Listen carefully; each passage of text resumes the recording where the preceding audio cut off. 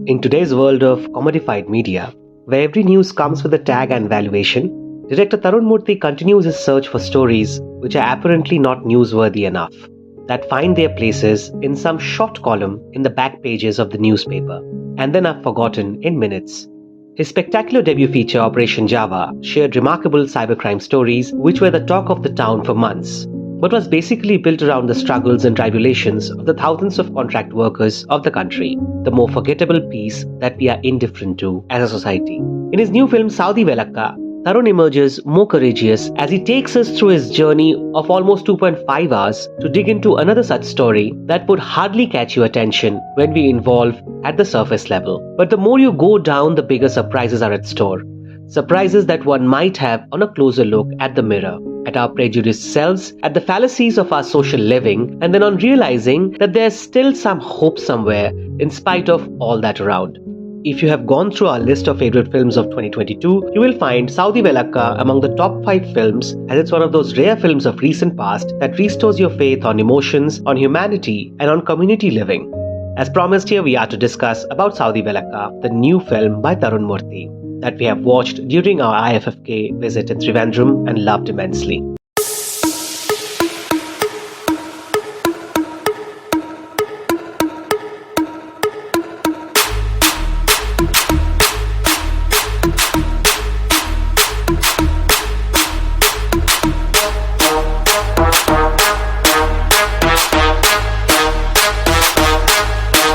There's a suffix to the film's name, Saudi Vellakka. It reads CC.225/2009, referring to a long pending court case related to a petty conflict that happened about 14 years back in the Saudi neighborhood of Kerala. An elderly woman was hit by a ball while a few kids were playing nearby. In the heat of an angry moment, she does something immediately remorseful, as the young Abhilash, who had stroked the ball, had to bear the pangs of a momentary rage. Abhilash's parents, under the influence of neighbors with personal agendas, puts an FIR against the elderly Ayesha as the minor incident snowballs into a much larger tussle with far-reaching impacts. Abhilash the kid is a grown-up young man now as he's summoned to the local court as the case against Ayesha is still pending, one that the old lady is determined to close. You see, the premise of a mainstream film can hardly be more unique, more grounded, and more difficult to spin into a 148-minute long screenplay. But writer-director Tharun Moorthy does just that with his outstanding grip on the subject matter and clarity on what he wants to achieve.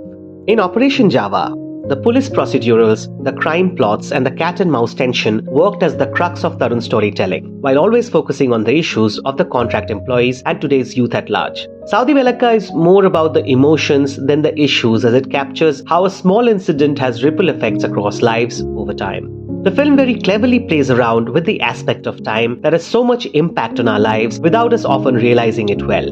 On one side, there's the momentary lapse of reason by one individual that is subtly contrasted against more cold-blooded choices and chances that others take from the periphery of this one incident. As in the process, the film suggests why we human beings can never be judged by our worst decisions.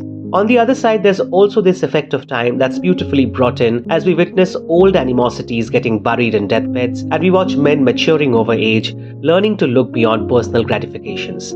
And it is also an awakening call for the Indian courts where such cases run for years, decades and generations, as it emphasizes what kind of effect such marathons might have for the direct stakeholders whom our judiciary treats as just another name in the court registers. The middle section of the film, as we go back and forth to the characters related to the case, watch them over weeks, months and years, is actually an intelligent ploy to give the audience that tedious, exhausting flavor that so many commoners of our country need to undertake in our courts. Saudi Vellakka is also about the prejudices that eclipses our thought process in our everyday decisions. Without passing on any heavy dialogues like in any lesser film, director Tharun once again plays with the audience here. A Muslim lady from a place named Saudi who hits a young kid immediately starts putting up an impression in your mind for so many with the audience. He deliberately introduces Ayesha in her first scene in such a way that the audience promptly takes sides when the incident happens.